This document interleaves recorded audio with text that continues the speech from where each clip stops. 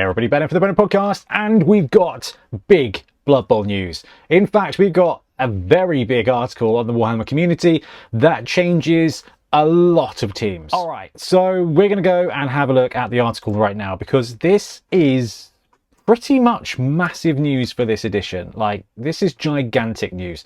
So there is a token, skills and roster changes, what's new in Blood Bowl video, a Warcom article, and this is going to affect some teams to a pretty big extent. Oh man, they have done some gorgeous pictures. Anyway, developing a new edition of any game provides a whole host of challenges and opportunities to get stuck into. The Blood Bowl rules team spent countless hours analysing the previous edition, breaking it down, looking for what could be improved, and reading through all the feedback. Okay, so there's some stuff here that we will come back to, because the first and biggest bit of news here is team roster changes. Now, we were told that this was coming.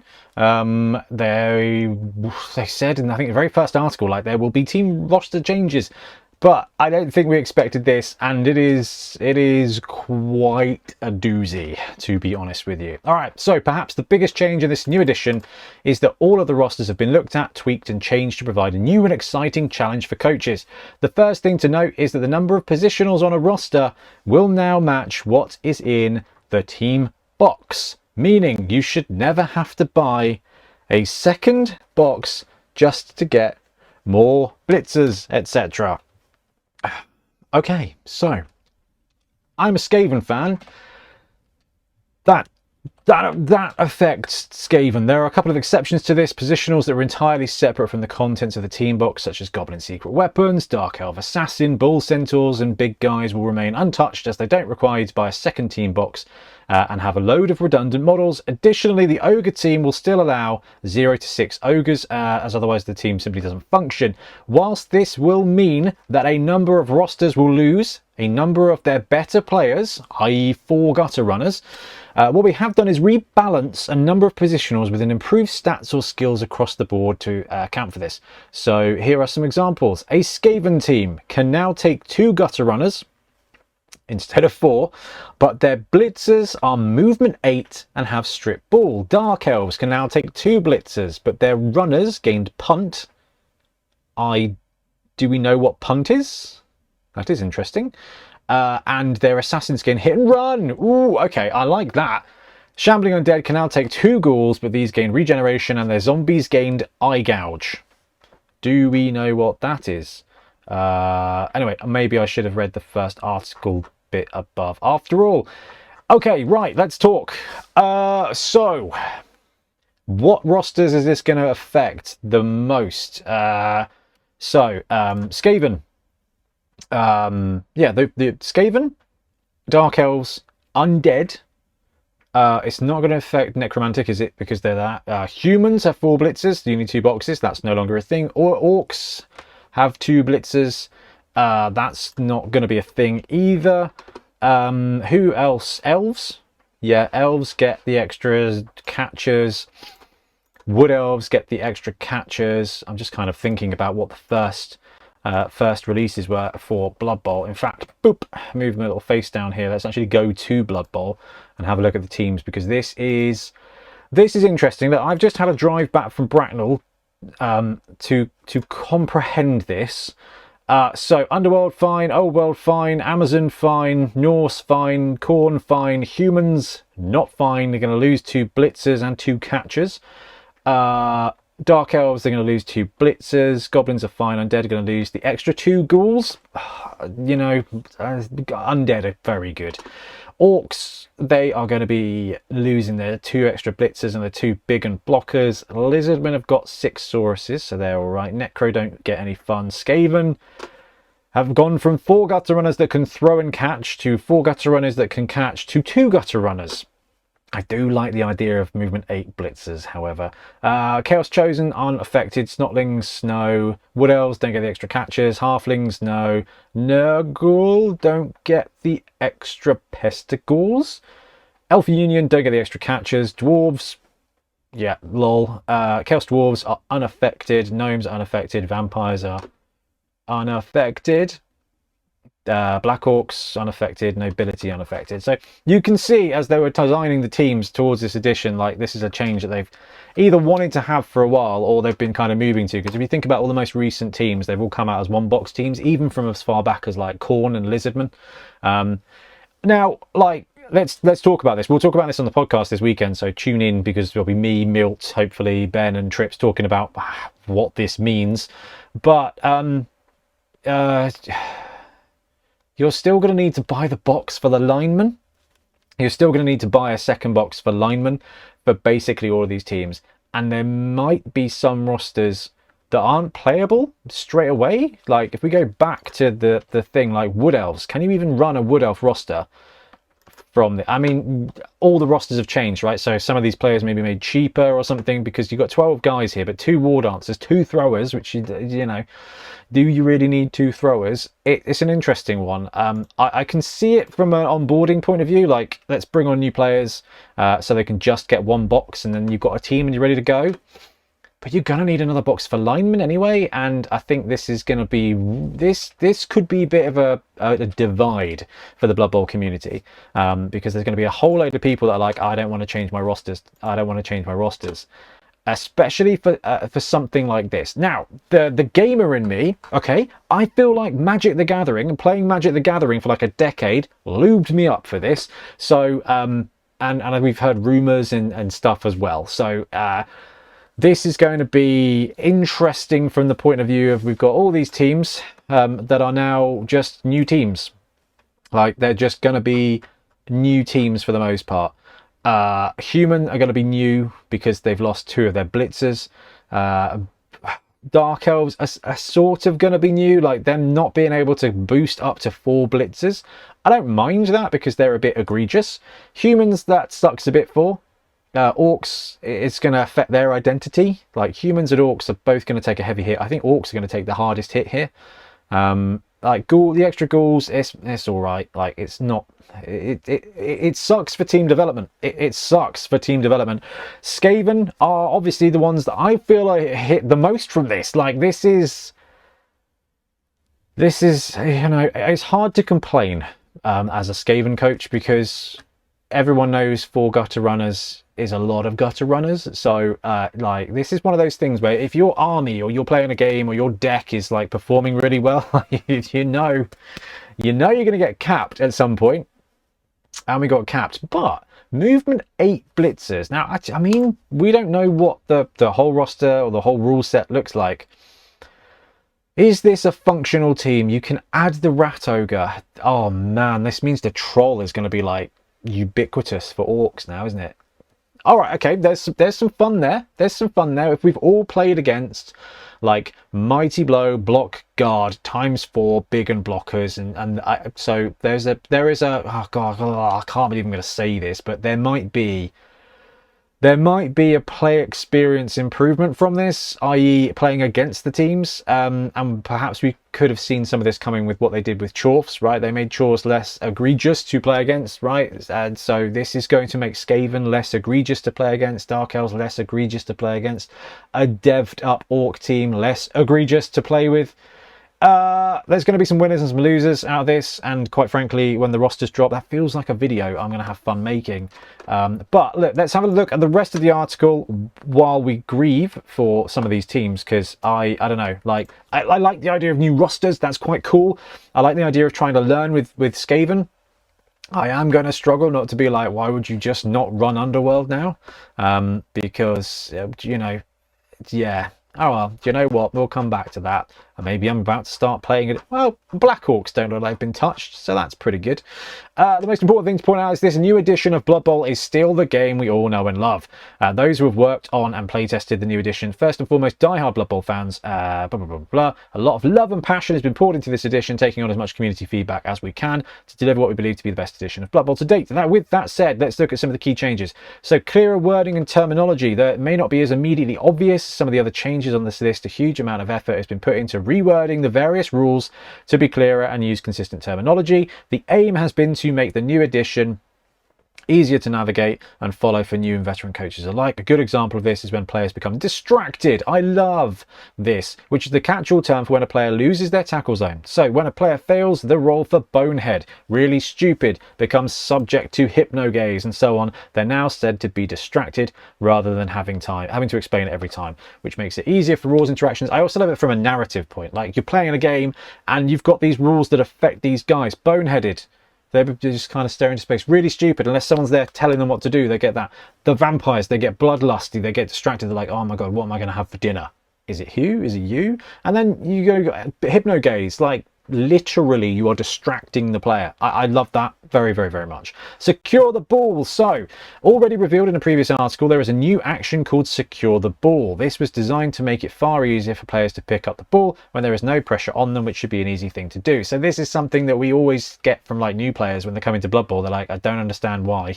I don't understand why it's so hard to pick up the ball. And then it's the thing that just hurts you. And now I like this kind of thing in theory for games like Mana Screw and Magic the Gathering.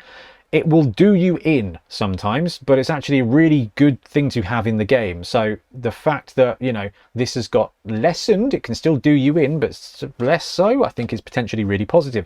Now, a player can declare this action, make a move action to the ball, and attempt to pick it up on a 2+ regardless of their agility. Once they have picked it up, their activation immediately ends. Now, if there's some caveats to this, a player cannot declare this action if there's a standing opposition player who is not distracted within 2 squares of the ball. There's too much pressure with the players being that close. Additionally, a player that is a big guy or one with the unsteady trait also cannot declare this action at all. Okay, I like that. You see it in NFL games, right? The ball's by itself. You got an extra second of thought to pick up the ball. Still not a given, but if the ball's bouncing around and there's people like giant terrifying people throwing down on you, yeah, I can see that being a reasonable thing. I also like the fact that it's a zone action. So if you've got a movement 7 edge 3+ Skaven thrower, you don't have to secure the ball. If you've got sure hands and sure hands still does what sure hands does, like, you can re-roll. I think it still gives you the option to it makes the faster teams faster. Nah, I don't have gutter runners. That's going to be quite useful. Blood Bowl tokens. Distracted, chomped, eye gouge, rooted, blitz, prone, dodgy snack. I like that. A new addition to the game. These handy Blood Bowl tokens can be used to mark this stuff on your bases. All right. There's just new tokens, which I think there's even a color key recommended colors for it, which I think is really cool too. This is most apparent with prone stun tokens. In previous editions of the game, we used to lie models down to denote if they were prone or stunned. I am still absolutely going to be lying my models down. That is just how Blood Bowl is supposed to be played. However, at a tournament, be respectful, and a league game, be respectful. If you're playing against your best friend or your brother, be less respectful. Far more dynamic. No, right, okay, so this is basically to say that, like, newer models are designed to be fancy and fiddly, so they're laying everything down. I guess, yeah, okay, so from a miniature design point of view, it means they can continue to make really good models and not be like, right, well, we've got to make this model robust because it's going to roll around. Yeah, fine. I like that. New coaches can use these tokens to denote who's prone and stunned and protect their models from harm. Plus, your models always look better stood up. Yeah, there is a thing here with I think the Litco did some stuff, like some laser cut acrylic things that came in, and people started using them at tournaments, and you've got to be super, super, super careful, because a little token the wrong side of a model, you can kind of lead to a bit of a gotcha, so just be super careful. So if you're playing with the tokens, your opponent's playing with the tokens, make sure you're clearly communicating, because the last thing you want to do is go and blitz a guy to find out he's actually stunned. Yeah, not fun. The passing game. All right, what can I do with my 2 gutter runners? One of the biggest aspects of feedback for previous edition was that passing had become far too restrictive and borderline pointless for many teams to even attempt. It was also overly complex and confusing for many coaches. We've taken that on board and removed wildly inaccurate passes and deflections. This not only makes passing and intercepting easier, but it also makes them far simpler to understand. No longer do you need to do a lot of additional maths to work out what kind of pass you've made. It's now either accurate, inaccurate, or fumble. Yeah, I really love that. And intercepting is now just either an intercept or not. That's how it used to be, and I think that was absolutely great. Additionally, many players have had their passing ability improved. meaning it's not just throwers that can throw the ball, although they are definitely still the best at it. Do you know what? Even if they just improve the passing ability of some guys, that's great. The fact wildly inaccurate is gone, fantastic, and making interceptions easier is cool. I like that. So, new skills and traits. The new edition introduces a number of new skills and traits, providing new abilities for your players, like steady footing, mentioned in the release article. Punt, oh here we go, it was there. Punt allows players to kick the ball forward without causing a turnover. It's a knock-on. Taunt allows the player to force an opponent to follow up when they are blocked. Okay. And Bullseye allows a big guy to not have to scatter a thrown player so long as they make a superb throw. Yeah, it's really interesting because you'll see this if you watch any of our championship games. There's a couple of times where the guys are like, oh, I rolled a 6 on a throw. And then they were a bit gutted. I was like, you still got to scatter them. They're like, oh, it's a little bit less superb, isn't it? But I mean, I think it's cool. Many skills and traits have seen improvements. Monstrous Mouth now allows a player to perform the Chomp special action. Okay. Armbar will now award SPP for any casualties that's caused by it. Yeah, cool. And Shadowing just works on a 4+. I really like that too. Again, if you've watched the channel and we use Shadowing, it's like, just roll a 6, Trips. Just roll a 6. And then, you know, it's Trips. There's a 50% chance of rolling a 6. The other 50% chance is a 1. Finally, there is a new category of skills. Devious skills. Some players, like Goblins, will have access to these as primary skills. Fowly, I imagine. Others may have them as secondary skills, whilst players who traditionally adhere to the rules of Blood Bowl, elves, may not have access at all. Okay, Skaven, got to be secondary. There are a number of new skills in this category and a number of others that have moved here as well, such as Dirty Player, Makes Sense, Pile Driver, Shadowing, Sneaky Git, and more. That is actually massive, because Dirty Player is a pretty key pickup in a lot of situations for a lineman. So it might be that actually Dirty Player is going to a secondary for lineman players, which is going to be interesting. Now, there was a lot of stuff around fouling, right? Because they changed the guard rule, and there was a lot of complaining about fouling and stuff going on. So it may be that they've gone, right, okay, you can still foul, but like Dirty Player is just going to be harder to get unless you are a player that wants to put the boot in. So Goblin Bruisers, let's go. Black Hawk Goblin Bruisers, we'll have a bit of that. Team roster changes we've already talked about. Oh, I like that pitch. I do like that pitch. That's a really good idea. I like that. That's clever. Right. Thanks, Jay. It sounds like a huge amount of care. Right. Tell you what. The main aim of these changes for the teams is to provide coaches with new gaming experience. Yep. That's what we said, right? Many coaches have seen Blood Bowl as solved, where the best build for each roster is already determined. The new edition will shake that up and provide experienced coaches with a brand new challenge to get their teeth sunk into. Thanks, Jay. It sure sounds like a huge amount of care and effort has been put into the new edition. Blood Bowl 3rd edition will be available to pre-order soon. Soon? Where are we? All right. So keep your eyes on warhammercommunity.com for more information. Okay. The likes of Sauruses and Zombies, amongst other, have this, which I think is the steady footing. Though if both players agree, they can lie models down. Yep, love that. Okay, love that. Okay, right, love that. Right, the biggest thing here is Orcs, Humans, Skaven, Elves, Wood Elves, Dark Elves, Undead. And a team I've probably missed off that list immediately. There's a big change. A big change. It is the biggest change that we've ever seen, I think, for Blood Bowl. And while I am relatively chill about it, in theory, I am going through some stuff in my life which is forcing me to be as positive as I can about everything. And you know me, I will always try and find the silver lining. So as a Skaven coach that's gone from having I didn't bother using the Skaven thrower, I was just using the gutter runners. My gutter runners were throwing it around and it was a good time. To now having 4 gutter runners in this edition, which is a good time. To now seeming that actually it's only going to be 2 gutter runners. And I'm using Skaven as the option because Skaven are the best team. Humans going to take a bit of a hit there. Like, it's not as much because you are losing the 2 blitzers who are excellent, but it's just the 2 blitzers, right? Orcs, 2 blitzers, 2 big uns gone. That is hefty. Elves, now you'll be all right. Dark Elves is a tough one. There's some big changes here, and I implore everyone to just, you know, be okay. Just be okay. Check in on your Skaven coaches and check in on your Dark Elf coaches. Orc coaches, it's probably best to simply stay away from them for a bit. I think, yeah, they're going to be full on Gork and Mork, and that could be interesting. I want to know what you think, so do tell me in the comments, because I want you to tell us now, because we're going to be talking about this on the podcast later this week. So I want to know what you think about this. So much of the rule stuff here sounds really great. The team stuff is a hard pill to swallow. So for the love of Nuffle, tell me what you think, and we'll pick up soon with more Blood Bowl content. Happy blocking.